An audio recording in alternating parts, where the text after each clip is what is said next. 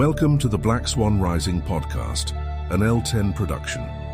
For transcriptions, show notes, and extras, please visit us at theblackswanrisingpodcast.com. Now, broadcasting across the world from the heart of the American Bible Belt, here is your host, Michael B. Rush. Hello, friends, and welcome back to the Black Swan Rising podcast. I'm your host, Michael B. Rush.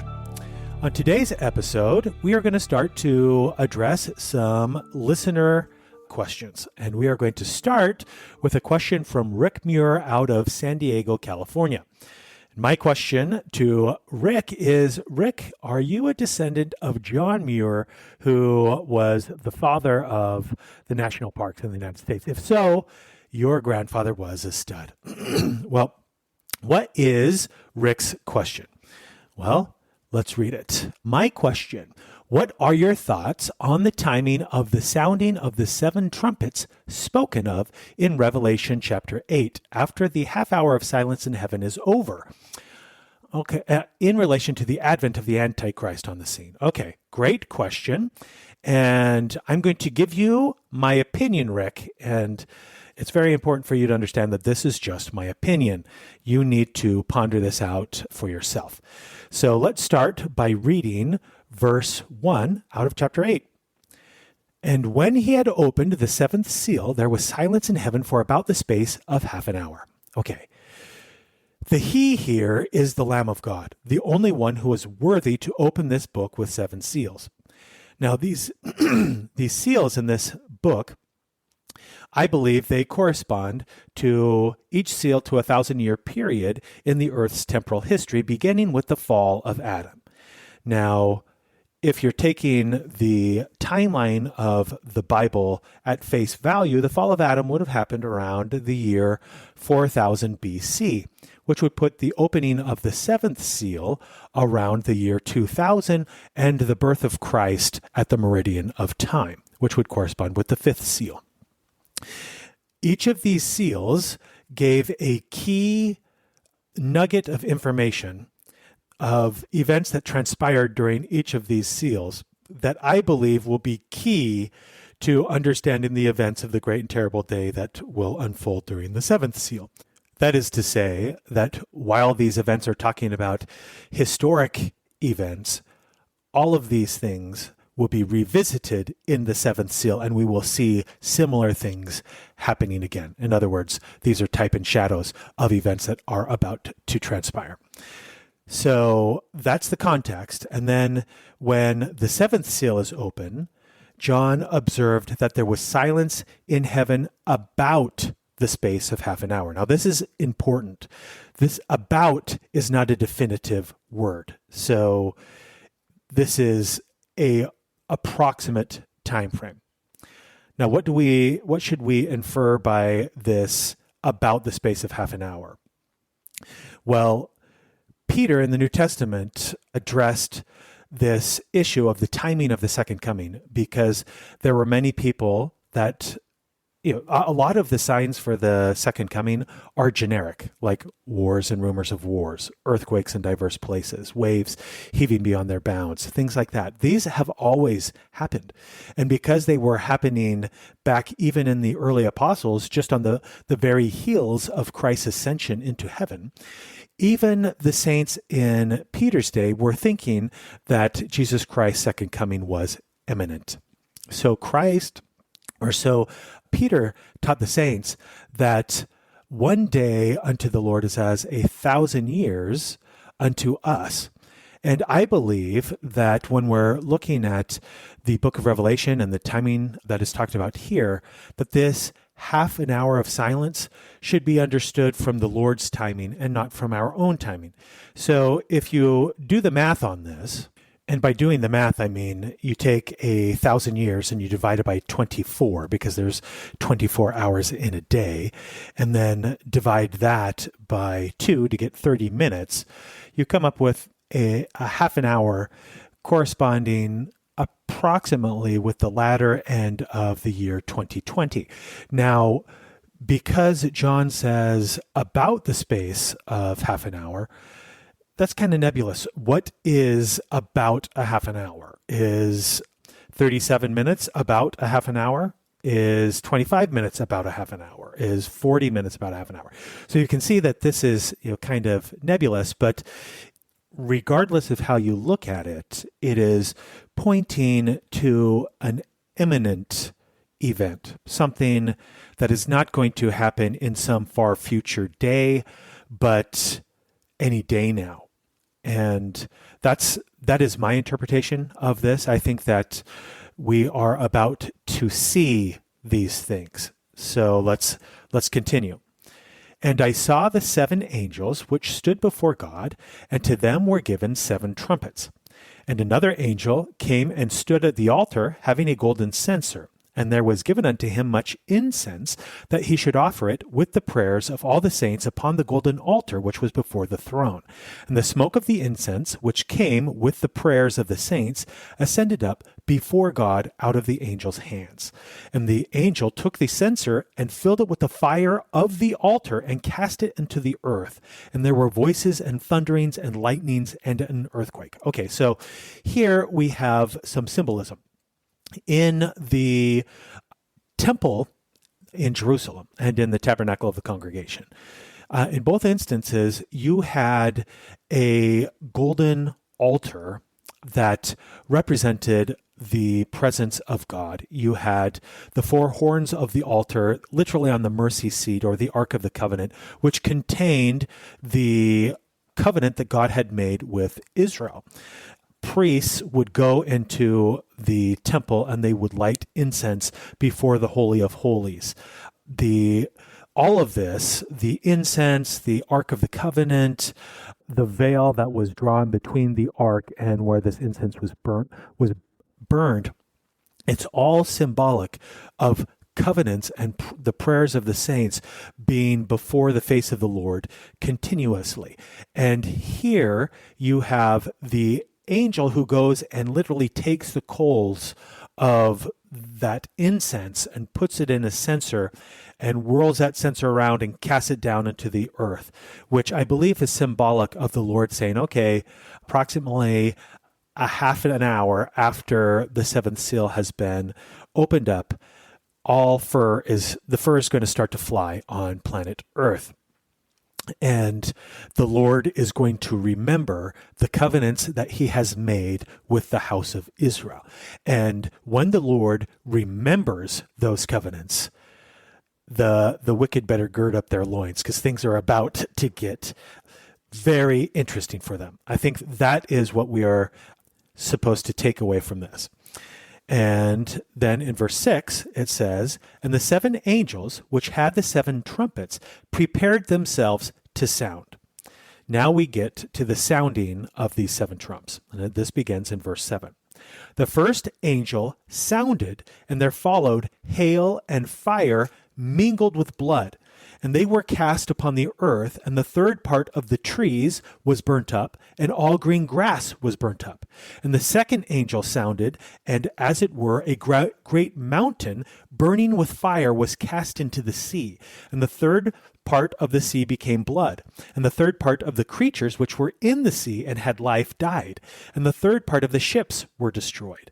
And the 3rd angel sounded, and there fell a great star from heaven, burning as it were a lamp. And it fell upon the 3rd part of the rivers and a 3rd part of the fountains of waters. And the name of the star is called Wormwood. And the 3rd part of the waters became wormwood. And many men died because of the waters, because they were made bitter. And the 4th angel sounded, and the 3rd part of the sun was smitten, and the 3rd part of the moon, and the 3rd part of the stars. So the 3rd part of them was darkened, and the day shone not for a 3rd part of it, and the night likewise. And behold, I heard an angel flying through the midst of heaven, saying with a loud voice, Woe, woe, woe to the inhabitants of the earth, by reason of the other voices of the trumpet of the 3 angels which are yet to sound. Okay, so let's unpack this a little bit. These first 4 trumpet blasts sound to me like they are related. They happen one after another in quick succession. Now, the first trumpet blast corresponds with fire raining down from the heavens and burning up the 3rd part of the earth. And then the second sound, you have a great burning mountain that is cast into the sea. Now, to me, friends, and I mean, you can come up with your own thoughts on this. Just because I'm thinking this doesn't make it right. But to me, this sounds like a meteor or an asteroid impacting the earth. It's coming out of the blue. And, most meteors, they're either rocky or they are made of iron. And if you were to get an iron meteor coming up into the atmosphere, well, it would be superheated, probably 7, 8, 9, 10,000 degrees coming through the atmosphere, which is hot enough to vaporize a lot of the rocky asteroids or meteors. But when you have a big, effectively massive cannonball coming towards the earth, what you're going to have is all kind of molten metal fragments coming off of that meteor and raining down all over the earth. And imagine, liquid metal raining on the earth that's hitting the earth at 7,000 degrees. You're not going to put that out. It's going to start fires wherever it is. And according to John, the third part of the earth is burnt up in this. Now, you'll recall from a prior episode that this is very similar to the siege on Jerusalem, when the Romans came in and Ezekiel prophesied that 1/3 of Jerusalem would be destroyed by fire. This is mirroring that, saying that in the last days, during the great and terrible day of the Lord, 1/3 of the earth will be burned with fire. And this doesn't mean that every single thing is burned up in that third part, but that these fragments are going to be falling all over, and there will be fires that are widespread throughout the earth, potentially in the path of wherever this thing comes down in. And according to John, the main fragment, if we are talking about a meteor, hits the sea. And the impact is so violent that a third part of all sea life is destroyed, and a third part of all vessels in the sea are destroyed. That is catastrophic, friends. That's why John is saying that a third part of the sea becomes blood. If this is true, first you have to ask yourself, could this happen? Well, just look up at night at the face of the moon. Those are all craters from things hitting the surface of the moon. So, yes, the moon has been hit by meteors, obviously not once or twice or 3 times or 7 times, but dozens and dozens and hundreds of times over the course of its existence. And we have meteors that are coming. If they come from behind the sun, we can't see them until they're here. We can only see meteors that are coming at us towards the sun, because otherwise the light of the sun blinds all of our instruments. So, this is a scary thing, because things like this can happen without any kind of warning whatsoever, depending on the direction that it comes. And, the first and second angel trumps both seem to be tied up with this. And that's curious. And in fact, the fourth one to me also seems to be related, because they're saying that the light from the heavens is dimmed by a third part. And in my opinion, this is not happening from some strange phenomenon where the sun, somehow dims by a third. But to me, this is an indication that the atmosphere of the earth will be filled with smoke, and it will be filled to such a degree that 1/3 of the light of the sun will be reflected back away from the earth. And so things will be dimmer here than they normally would be. And this is likely what is going to cause the blood red moon that has been prophesied that will precede the second coming of the Lord. So I think that, you have the first trump, the second trump, and the fourth trump of the angel all being related to this burning mountain that hits the earth sometime around when the half hour of silence ends. Now, you will recall that right after the half an hour of silence ends, it's not that this burning mountain hits us right then.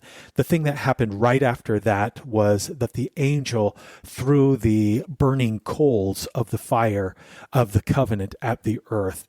So again, I think that as far as timing goes, when you look at approximately half an hour corresponding with the latter end of 2020, the fur really did start to fly. That was the beginning of the COVID pandemic, when things really began to pick up and you had economies around the world shut down.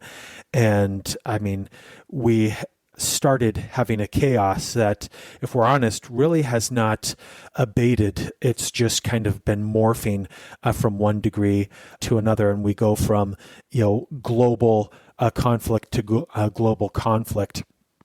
And even as I'm recording this, we have President Trump levying heavy tariffs on all European nations that oppose his acquisition of Greenland.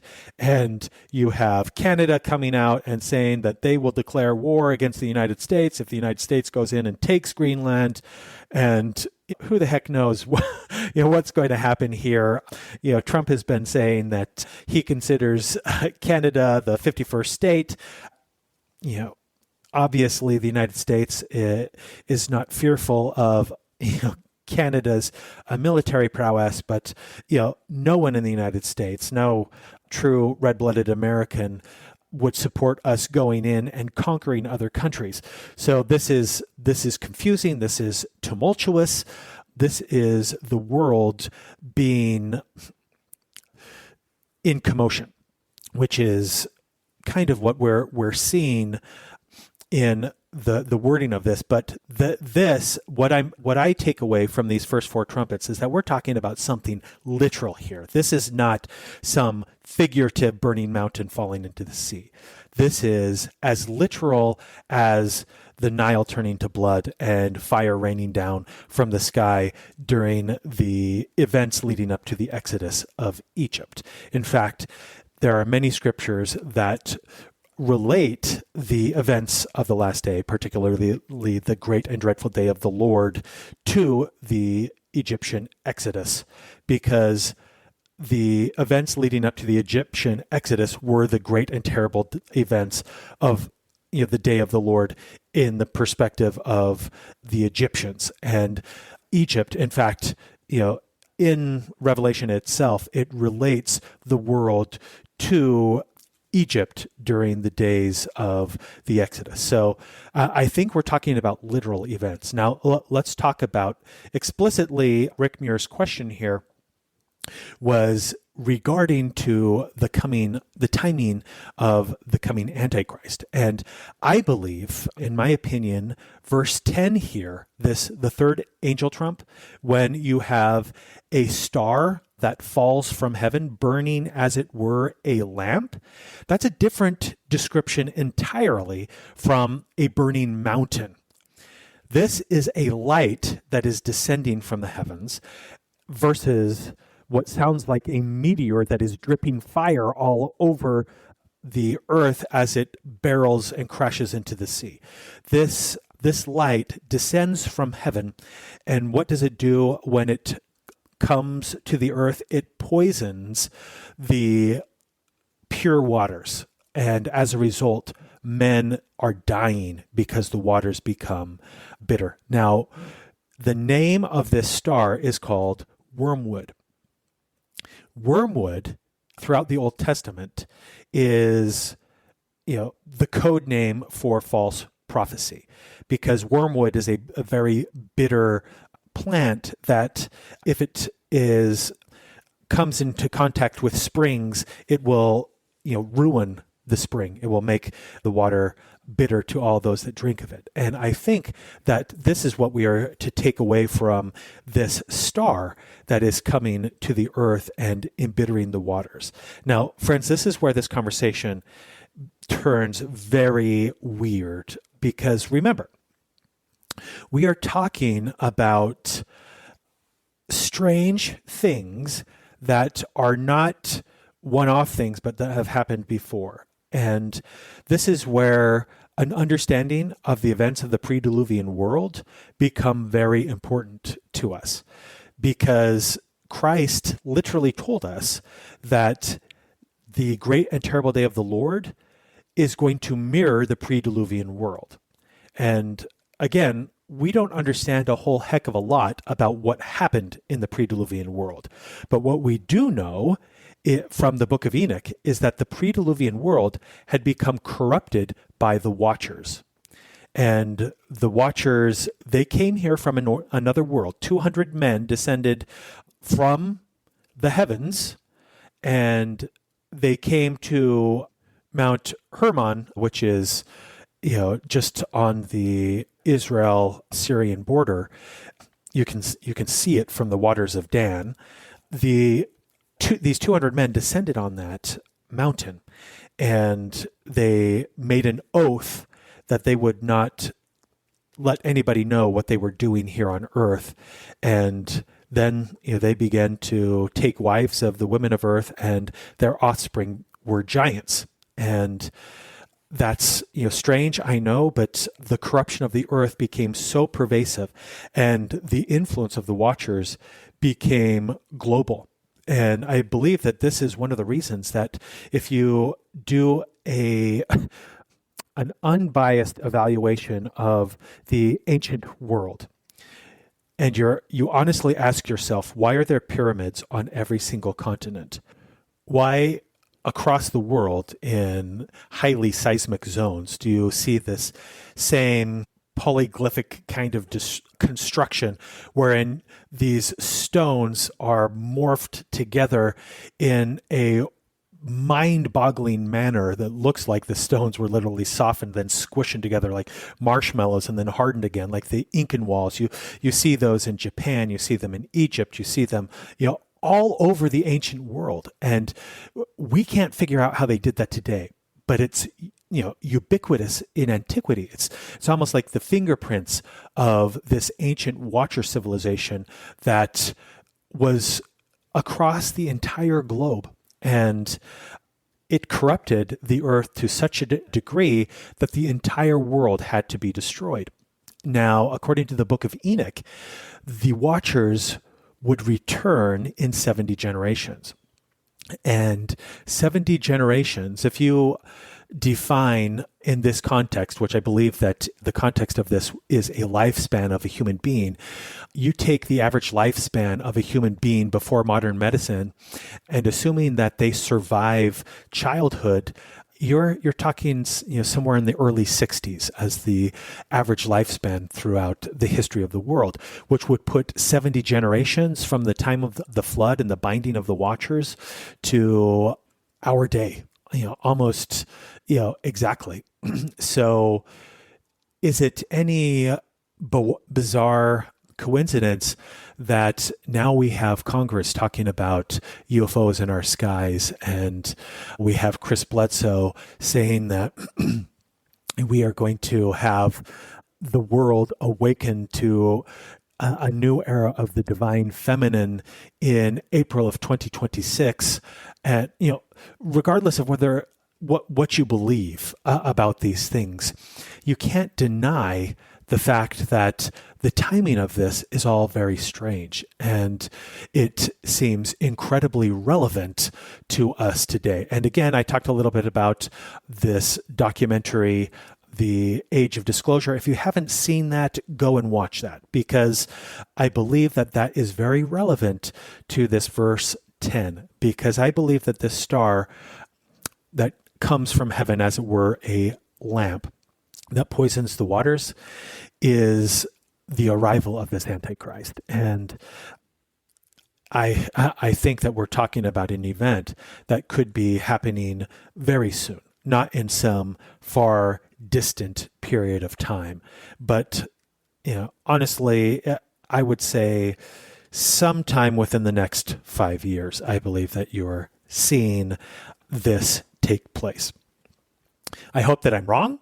I don't want to be right, because it means that my life is about to become very challenging along with everyone else's lives on planet Earth. But we know that the prophets referred to the great and terrible day of the Lord as such for a very good reason. And when Daniel prophesied of these things in verse 12 or verse 1 of chapter 12, he said that those days of trial will be worse than any time since there was a nation. I believe that one of the primary reasons that it will be so bad is because of this Antichrist and the lies that he brings. Now, to me, it sounds like this could be a coordinated event. And I know that this sounds like a massive conspiracy theory, but come on, friends, the name of this podcast is the Black Swan Rising podcast, where the whole point is we are talking about black swan events, which are completely unforeseen before they happen. But once they happen and the normalcy bias is gone and the confirmation bias is gone, and we now are able to lay the facts before us and look at them with clear eyes, it becomes obvious that this is what was always going to happen. And I think that when we look back at these verses, we may very well say, yeah, this was talking about a coordinated event wherein an Antichrist would time his arrival on the heels of a meteor that comes and causes absolute chaos on planet Earth.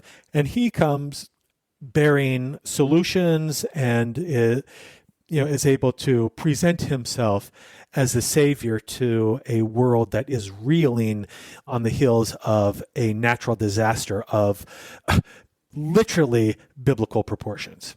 So that is my idea about this. And then when you go to the fifth trumpet sounding, you have this fifth angel who also comes to the earth as a star falling from heaven. And let's just, read some of these verses here.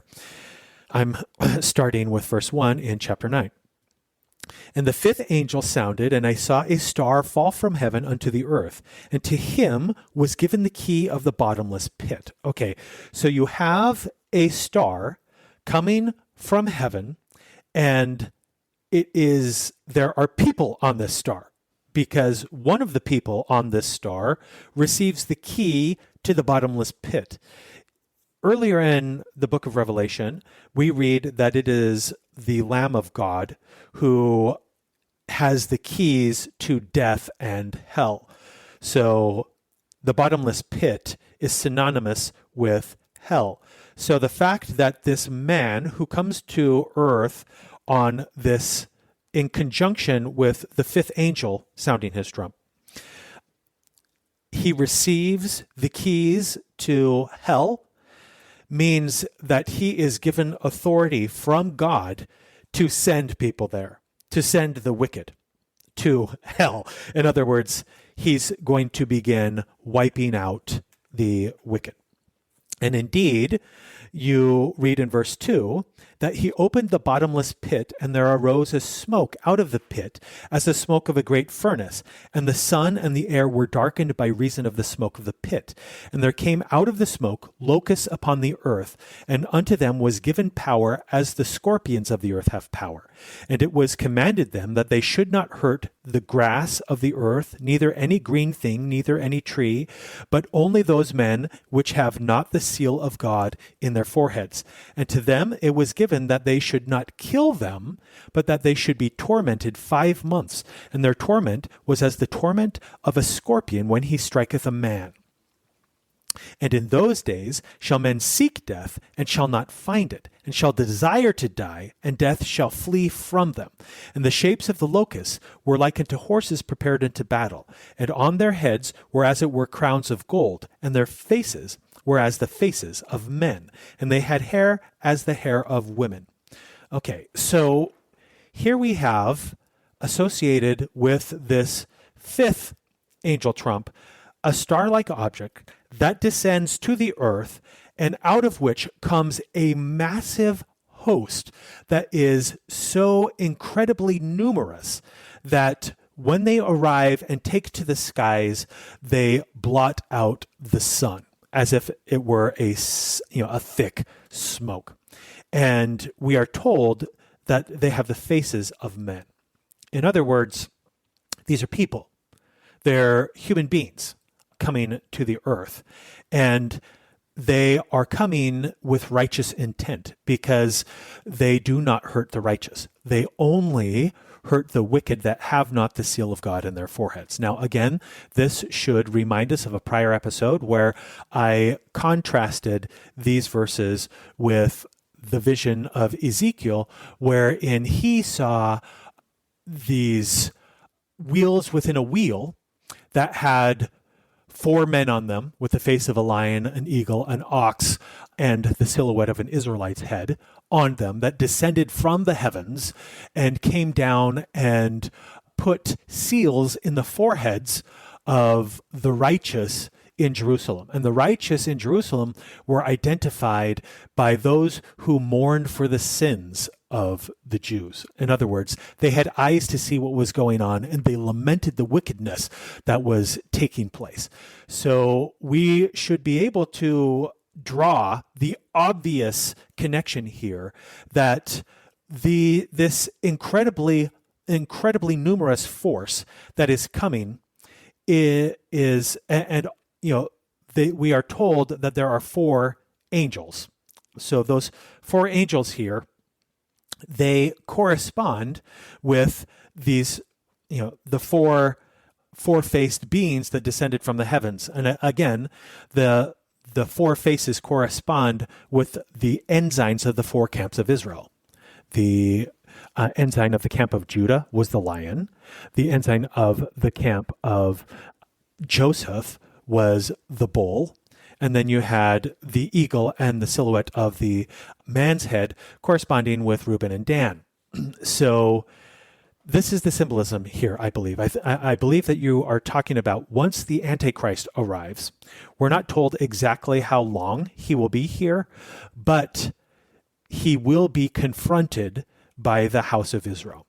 A portion, a remnant of the house of Israel that will come to the earth as a star falling from heaven. And again, I'm talking from a purely LDS perspective.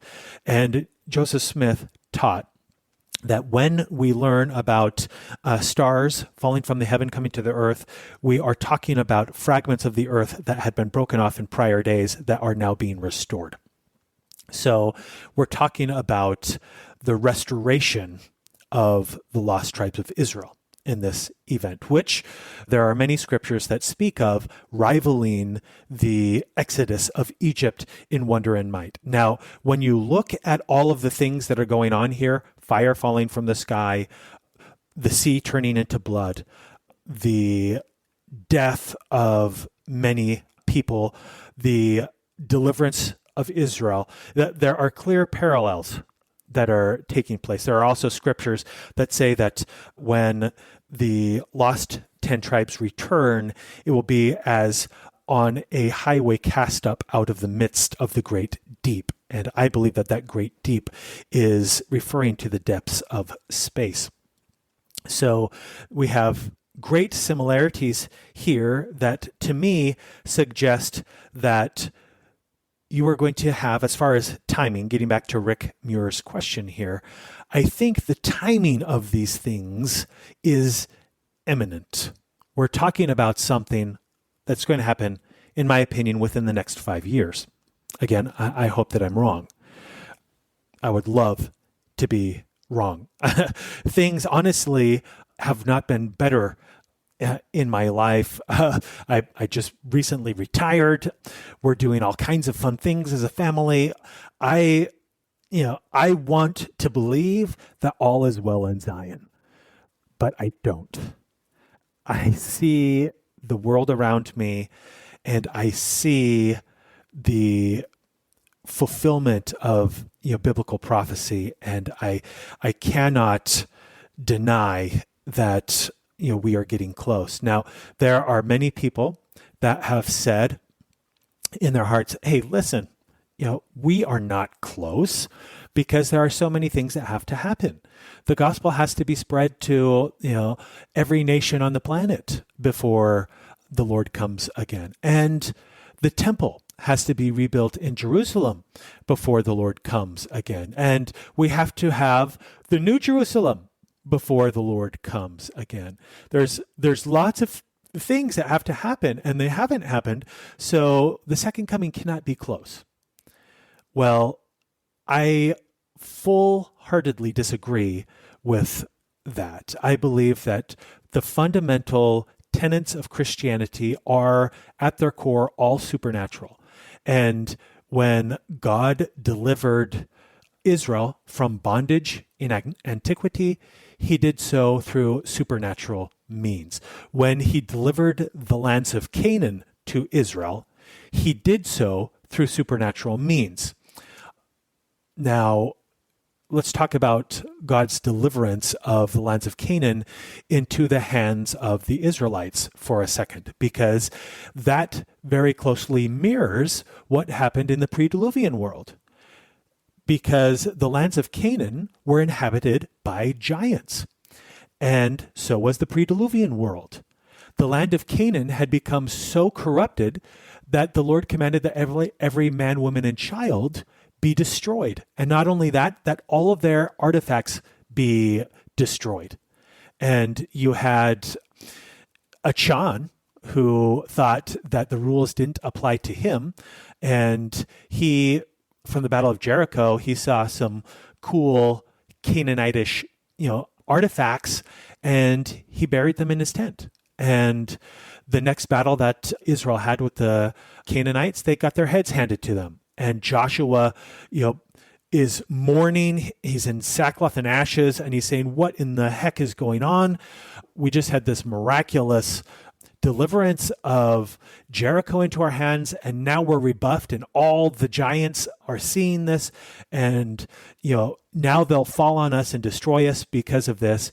What's going on, Lord? I thought you were with us. And the Lord said, I am with you, but you have people amongst your ranks that are not obeying. They are safeguarding the Canaanite artifacts, and there is zero tolerance for that. And so what happens to Achan and his family?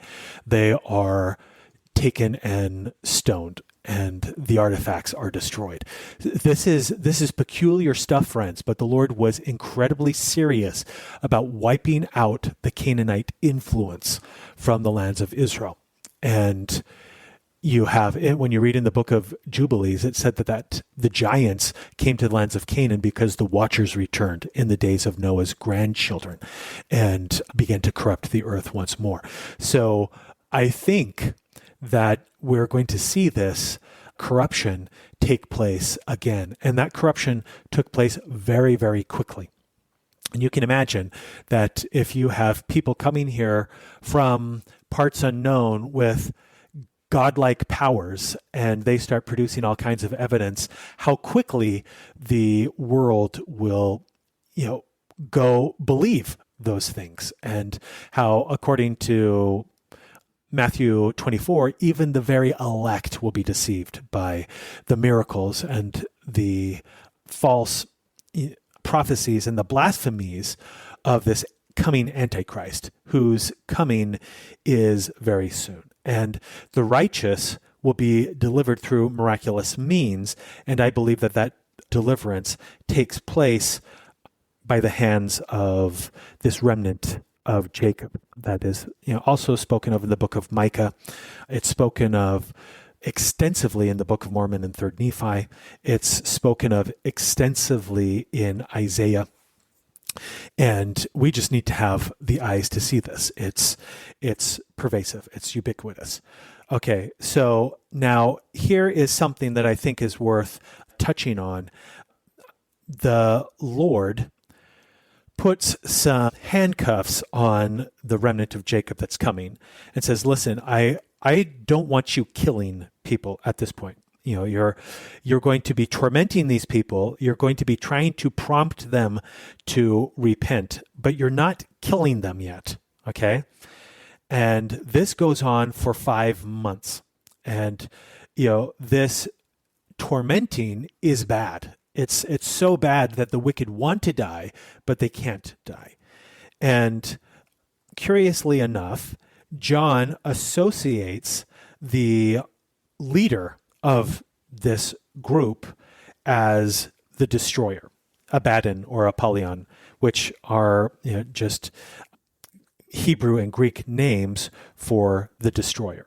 And I believe, from an LDS, I know that the larger Christian world associates this destroyer with the Antichrist. I do not believe that this is referring to the Antichrist, but I believe that it is referring to the leader of this host of Israel. Because in the scriptures of the LDS canon, I'm particularly thinking of 3 Nephi chapter 22, verse 16. And also, frankly, in the book of Jeremiah, the Lord tells us that he has created this destroyer to destroy. And he refers to the destroyer as his own destroyer. And in Joel chapter 2, he refers to this army of the destroyer as his army. So I think that we're referring to the leader of this army. And I know that this is going to sound crazy, but I believe that this leader of this army is going to be none other than John the Revelator himself, who is also John the Beloved, whom the Lord essentially transfigured or translated so that he would not die until the Lord came again. Now let's go to verse 14, and we get to the sixth angel. Now, the sixth angel, this is when the Lord says, okay, I'll just read this verse. Say to the sixth angel, which hath the trumpet, loose the 4 angels which are bound in the great river Euphrates. And the 4 angels were loosed, which were prepared for an hour and a day and a month and a year, for to slay the 3rd part of men. Okay, now you'll have to go back to prior episodes where I talked about the prophecies that are included in 2nd Esdras, which is one of the 14 apocryphal books that was originally included in the King James Bible up until the turn of the 20th century, when the Church of England decided in their infinite wisdom that it was no longer worthy of being included there. In there, we have a prophecy that the great river Euphrates would dry up as a sign that the house of Israel was about to be restored in its entirety, referring to the return of the lost 10 tribes. And I believe that this is exactly what the 6th angel is. His trumpet is all about the restraints being removed from this remnant of Jacob.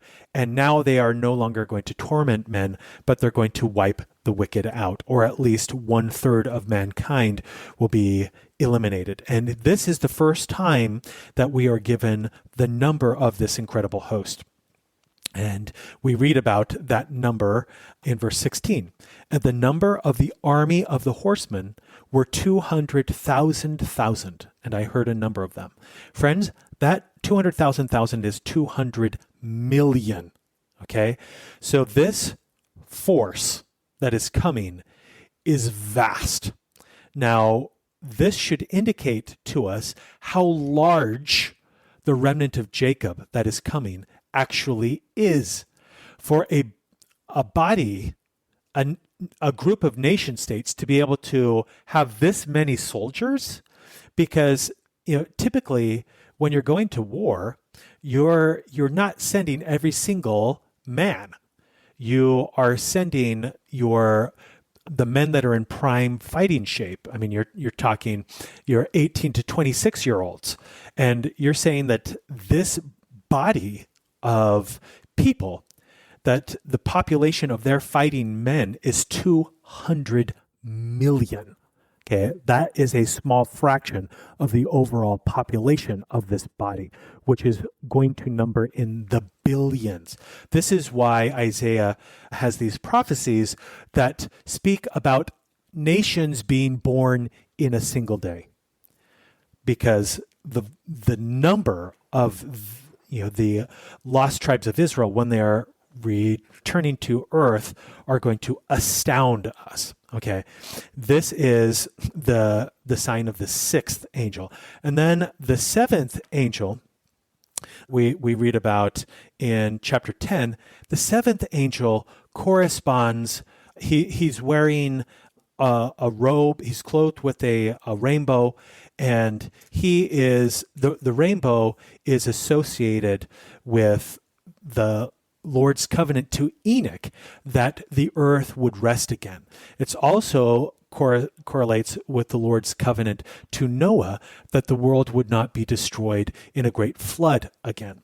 So the seventh angel is coming to the earth, and his clothing represents the coming of that rest to the earth that was prophesied of. And when we read in this additional scriptures included in the LDS canon in Moses chapter 7 about the Lord's promise to cause the earth to rest, that promise centers around the establishment of the New Jerusalem, which the walls of the New Jerusalem, if you read in the book of Revelation, are patterned after the rainbow as well.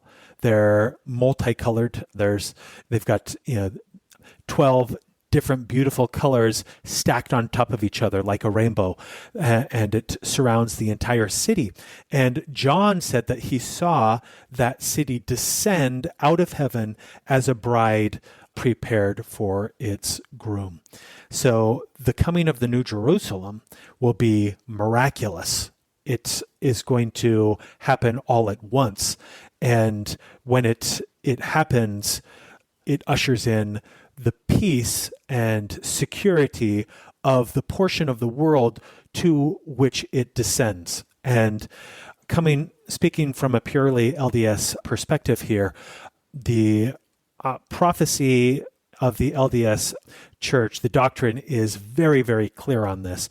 The New Jerusalem is going to be in the North American continent.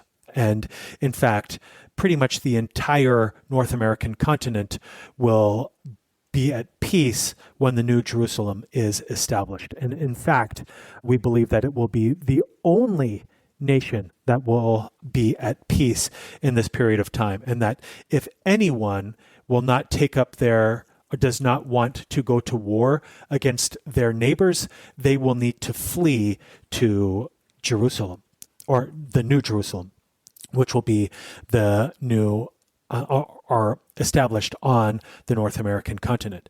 And friends, this is what the larger Christian community, when they are referring to the rapture, again, there are scriptures in the New Testament that Christ says, listen, before I come again, there will be two people in a field.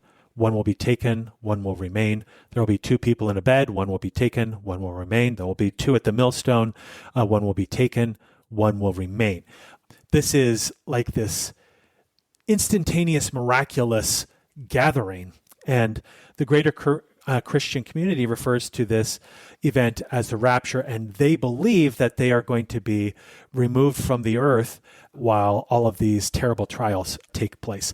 I do not believe that that is what this is meaning. I believe that these saints, these are going to be righteous folks throughout the entire world, in every country of the world, that are going to be miraculously gathered to the New Jerusalem, which will be established upon the North American continent while the rest of the world descends into chaos. This is not Christians being taken up into heaven and now they are living in their resurrected bodies. That's not what this means at all. This simply means that they are going to be taken to the New Jerusalem, which will have descended from the heavens by miraculous means, and they will now be ushered into an incredible state of existence while the rest of the world catches up. The rest of the world is still going to be going through the most trying times that have ever existed upon the face of the planet. And the epicenter of these trying times, we read in Revelation chapter 13, will be centered on the new, or on Jerusalem of old.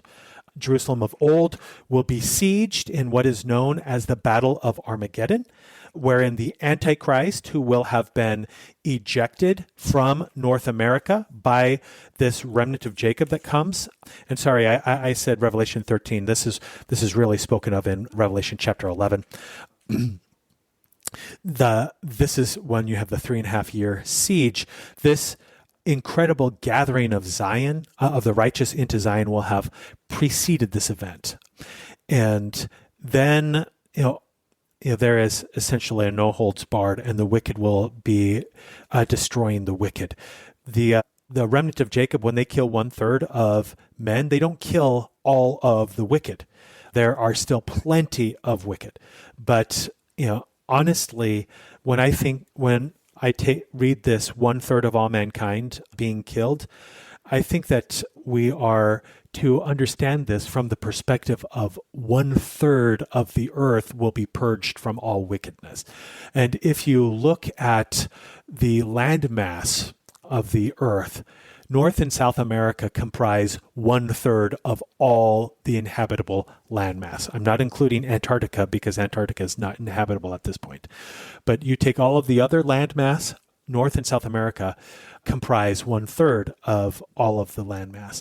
So I believe that this purging by the remnant of Jacob, every single wicked person to the last man, woman, and I don't think that children below the age of 8 are, can be considered wicked. I think the Lord will attribute that wickedness to their parents, but you're going to have wickedness swept from North and South America. And that will be in preparation of the establishment of Zion on those two continents, while the rest of the world is going to go through complete and utter chaos. So, Rick, this is a very long-winded answer to your question. I hope that this gives you what you were expecting. Again, these are my thoughts on the matter. I don't speak for the Church of Jesus Christ of Latter-day Saints.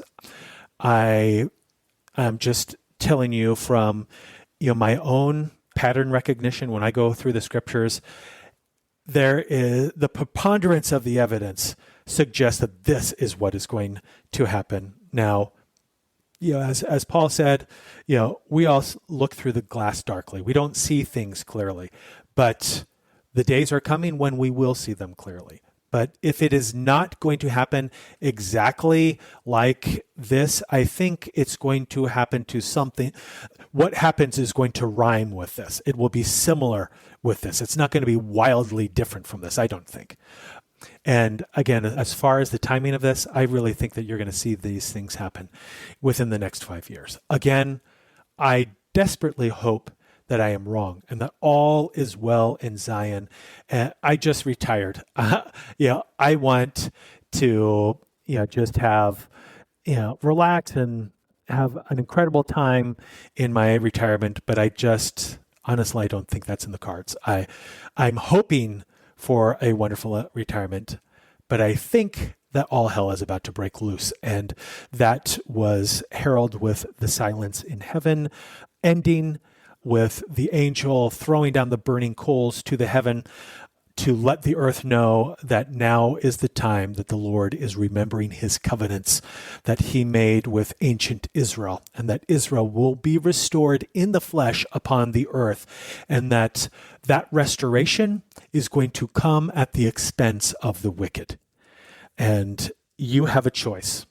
Get on board with the Lord and his covenants, worship the true and living God, or be swept off the face of the earth.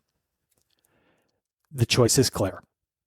Now, before I close, I need to hammer on the fact that ancient Israel had a long and storied history of creating false gods or false versions of God and worshiping that in place of the true and living God.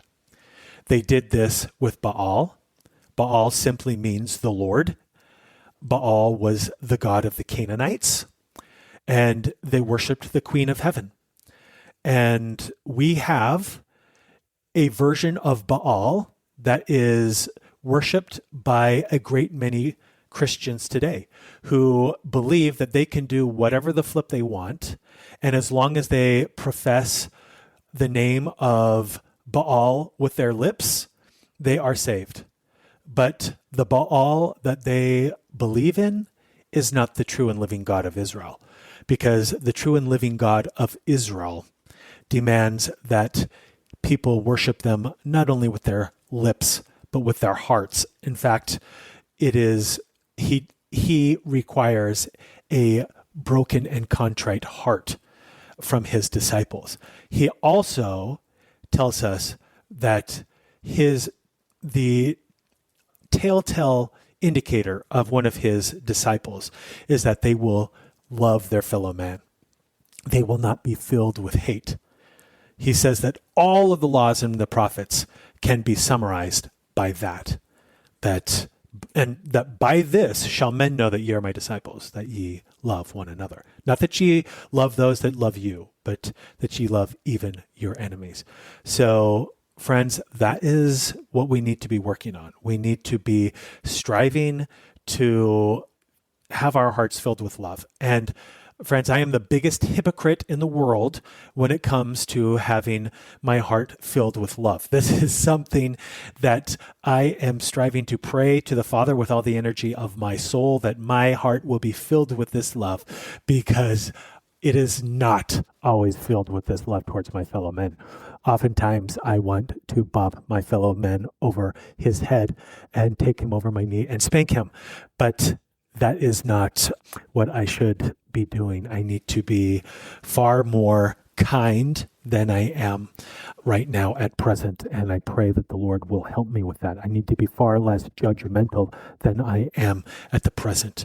I think that all of us need to be far more generous with each other and liberal with our forgiveness than we are, because we are not deserving of God's grace. He gives it to us freely. And the stipulation is that we must forgive others freely if we expect that God will forgive us freely as well. So I've gone on long enough. We will keep going through some listener questions on future episodes here. I want to make this podcast about the things that you want to learn about and talk about. Again, you can reach me by anywhere you listen to podcasts. I'm talking Spotify, I'm talking, Apple Podcasts, things like that. Those will typically have a little icon where you can text me, and you can text me your questions in that regard. Otherwise, you can email them to me, and I'm getting a lot of questions, and but I don't want to just give you really quick onesie, 1-2 second, answers. I believe that you're asking these questions because you really want to understand what I'm thinking in depth. And that's what this episode was about, answering Rick Muir's question. And I welcome these kinds of questions because I know where one person asks the question, there's, thousands of others that want to know the answer. So this is all I've got for this episode.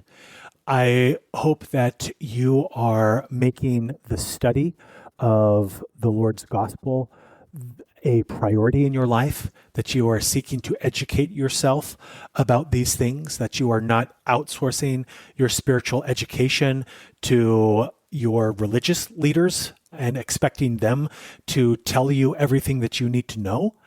That is a incredibly dangerous approach to take.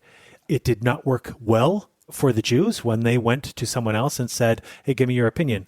Is this Christ fellow the Messiah that we've been looking for or not? They had to rely on the still small voice and listen to that and get answers directly from God, not from other men. Other men are very likely to give you the wrong answer. So please seek to be taught by the Lord. That includes not listening to me. You should only listen to me to the extent that what I have said has been witnessed to you by the Holy Ghost in your hearts, and act on the promptings that come into your mind as you listen to these things, and write those promptings down so that you remember them. If you're like me, sometimes you have the mind of a squirrel, and as soon as you see the next shiny object, you've forgotten. And I find that writing things down is a great way to expand my memory on these things. So, friends, until next time, keep seeking, for they that seek shall find. God bless. You have just finished an episode of the Black Swan Rising podcast, an L10 production, hosted by Michael B. Rush. For show notes, transcriptions, and extras, please visit www.theblackswanrisingpodcast.com. If you enjoyed this episode, click the share button icon and send it to your friends and family. This will help to ensure the continued publication of future content. Michael thanks you in advance for sharing and looks forward to seeing you next time. Until then, keep seeking, for they that seek shall find.